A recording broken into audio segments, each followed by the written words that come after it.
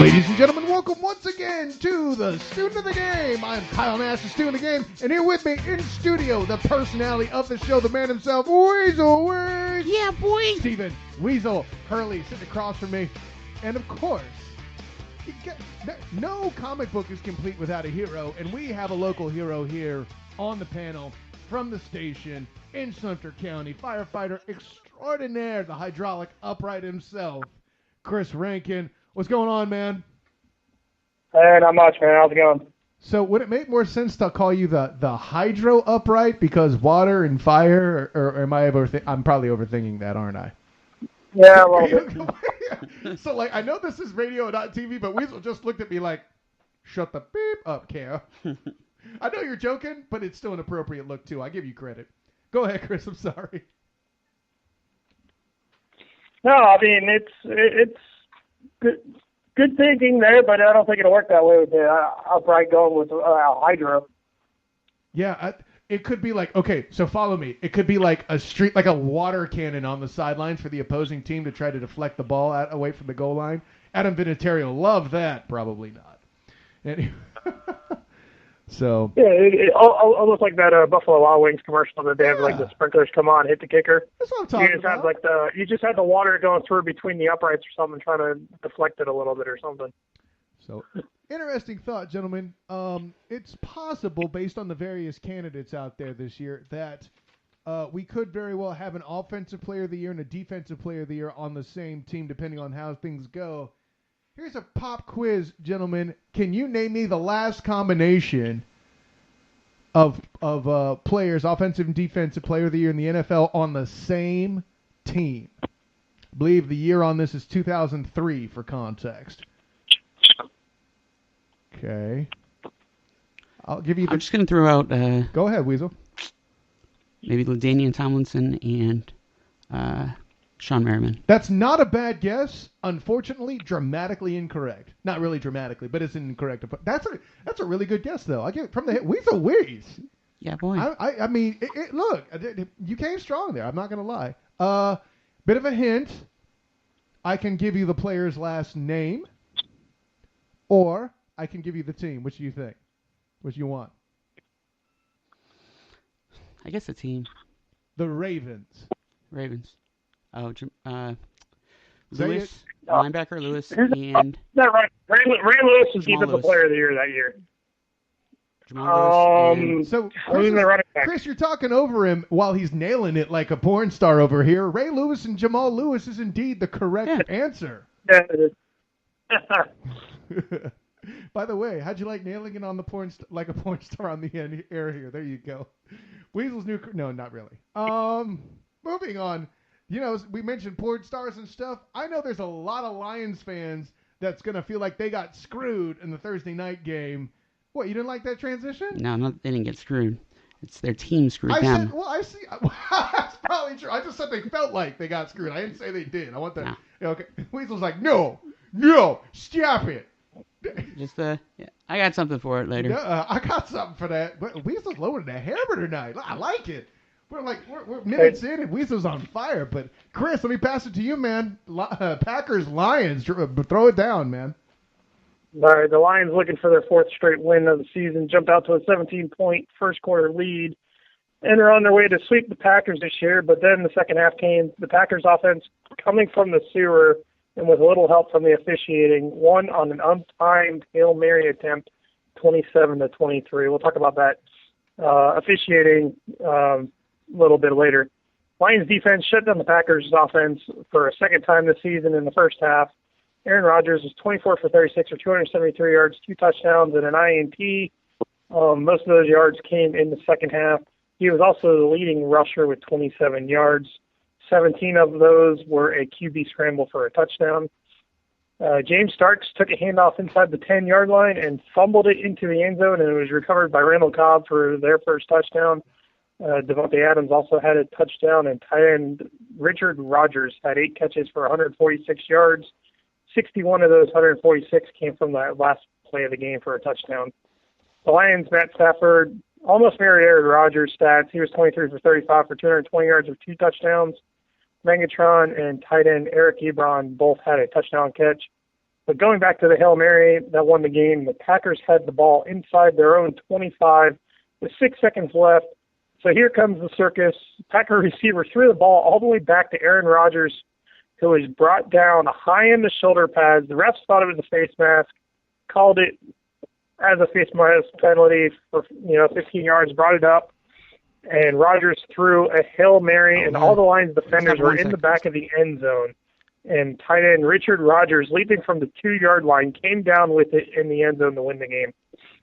So Weasel's looking to get in here, man. Go ahead, Weasel.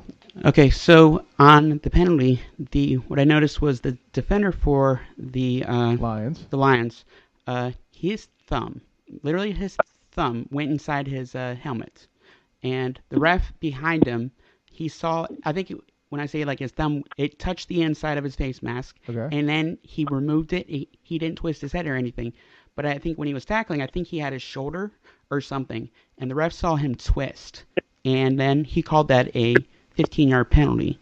Now, with refs, we see slow motion. With refs, it's like a split second that happens, and I think he was just looking at his head, and he noticed turned. So I was thinking that at most it should have been a 5-yard penalty, but they don't do that can't anymore. There's only 15-yarders. There's only 15? Yeah. That's dumb.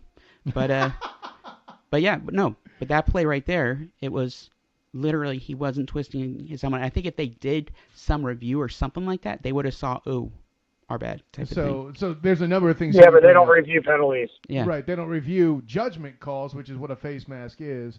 And then I'll put it this way: you make the good point. I'll ask you, Weasel, when you saw it in fast motion in bang bang style, could you tell? Like, would you have thrown? If you saw it bang bang, would you have thrown the flag? If it was that quick with how the NFL is, maybe I would. Yeah, you would have thrown it. Okay. Weasel would not have, because he's a Vikings fan and it was against the Packers. He would have let it end. So, you mentioned that. Maybe that would have recused him for being the official. But don't ruin the question, because at least the good news is I don't have to ask you the question. I already know your answer, hater. No, I wouldn't have thrown the flag, because that means the Packers would have lost. Yeah, of course I wouldn't. Wow, I got nothing. No, I mean, it's one of the ones, it's a judgment call, and a lot of times, really, at the end of the game, you can't really,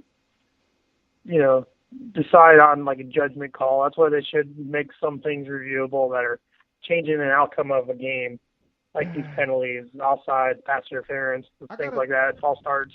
I gotta tell you guys, that are changing the outcome of the game. That's when they should start reviewing, like, hey, we're going to make sure this is right.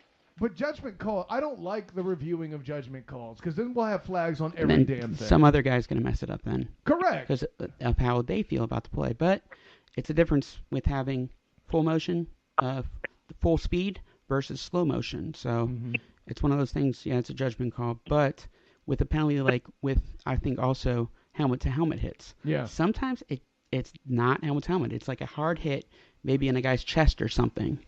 But a lot of times I think refs look at the play saying how, it was a devastating hit. He must have hit him helmet to helmet and then throw a flag.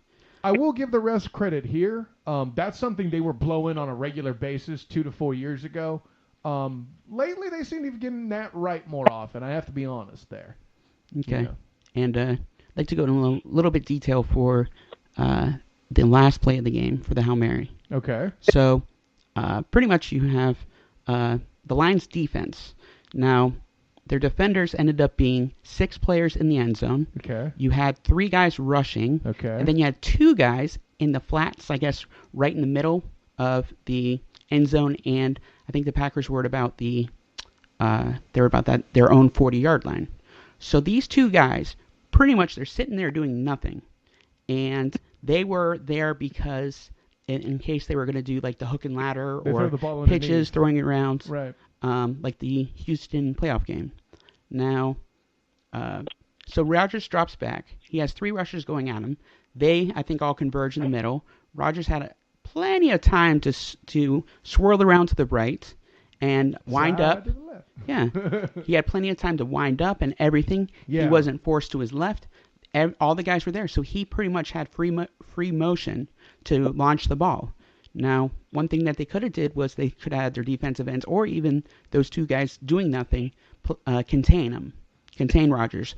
It would be charging from the outside and contain him to the middle of the field. At least not give him time to wind up to crank a 60-yard ball down the field. Yeah. And about the pass, it was an excellent pass. It's like sure. How ridiculous it was that he threw it about 60 yards, and the height of that football, I don't know. It's a good one of those good 500 balls where you just throw it as far as you can up in the air, and so he threw an amazing pass, landed right in the end zone. But what they did wrong in the end zone. Those 6 defenders, everybody was 5 yards at least away from the goal line. That was like so stupid. And they also have Calvin Johnson, who was they didn't put him in.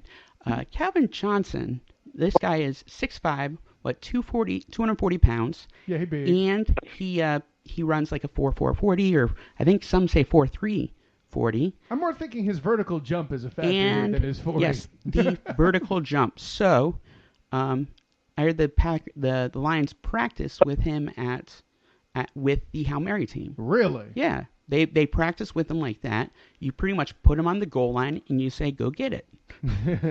And about Roderick Rogers, the guy who caught the game-winning touchdown, I'm pretty sure I looked it up, and I think the guy's like 6'2".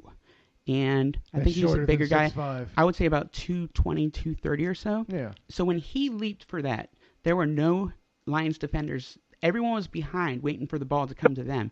Everybody just was like looking around, and Rodgers was like when the ball was up in the air, he was like at the 15-yard line, just coming, like creeping up. Ah! Yeah. And so he's at the 15, 10, the ball's still up in the air. He had time to turn around and jump for the pass, and it was just one of those things where the Lions did everything wrong in that play. And it stinks to have the face mask, but not getting any pressure on Rodgers. Megatron, I mean, he would have, I'm sure he would have been able to catch factor, that. Possibly. But yeah, but it's just that I couldn't understand why they had those 2 players just sitting there doing nothing. 3 guys on the rush, 6 guys in the back. Pretty much the Lions because of that defense they deserve to lose that game. Fair enough. Hey, Chris, what is it they say about prevent defenses? They never work. Well, they prevent you from winning the game. They prevent you from winning the game. Anyways, Weasel breaking it down. Yeah, I agree with you. I don't understand all these Hail Marys, why they don't pressure the quarterback, because if he can't wind up the throw at distance and the ball doesn't get there, none of this is a factor. Yeah, and they did it because they thought they were going to possibly do a hook and ladder type of thing. That doesn't change my answer. But then, well, I don't mind those 2 guys there. It's those 6 Lions defenders that are more than 5 yards deep in the end zone. He's throwing the ball 60 yards. He's going to throw it as high as he can. That means he's got to barely get it to the goal line. Why are you not just lining up at the goal line? Because you can see where that ball's going. You can go back a little further. But then it took them that long to realize that the ball was coming up short. And I think... And so my problem is, why didn't they line up at least 3 guys at the line of scrimmage? Or, at the goal line. Of those 6 guys that were in the back. I'm pretty sure. And the reason why Richard Rodgers was taking so long to get down there, he's a tight end. He's more like 260. And that was him running full speed. Everyone else was already down there. Yeah. He was still running full speed, and that's how much faster the other guys are than him. Yep, and as I think what the problems the Lions had were that they were watching the ball, because it's a ridiculous kind of throw. Yeah. That I think they were all looking up for the ball, and then the other guy, Rodgers, is just he's just running up the field. I don't think people saw him. I don't think the Lions defenders even saw him. Because he took so long. At the 10-yard line. No, not that he took long. It's a big guy. Well, that's what I'm saying. He's getting the play late. You're saying they didn't see him. Well, I'm saying they don't think that's what most normal Hail Mary offenses do. You have a trailer guy sitting around the 10-yard line until the ball was thrown, and he's the one that's judging it. So if it's short, or if the defenders try to bat it down, that's why they never tell you to bat it down into the field of play, bat it back or to the side, because you got that trailer player coming up to clean up. So if someone jumps up to try to bat it down, you get that cleanup guy there. Well, the cleanup guy was coming because he's sitting around, poaching on the 10-yard line looking for that ball, and he saw that it wasn't going into the end zone. So that's why he jumped around the 2-3 yard line to jump up to catch the ball and came down with it in the end zone. It's when things go wrong. There was the Jacksonville game. I think it was the day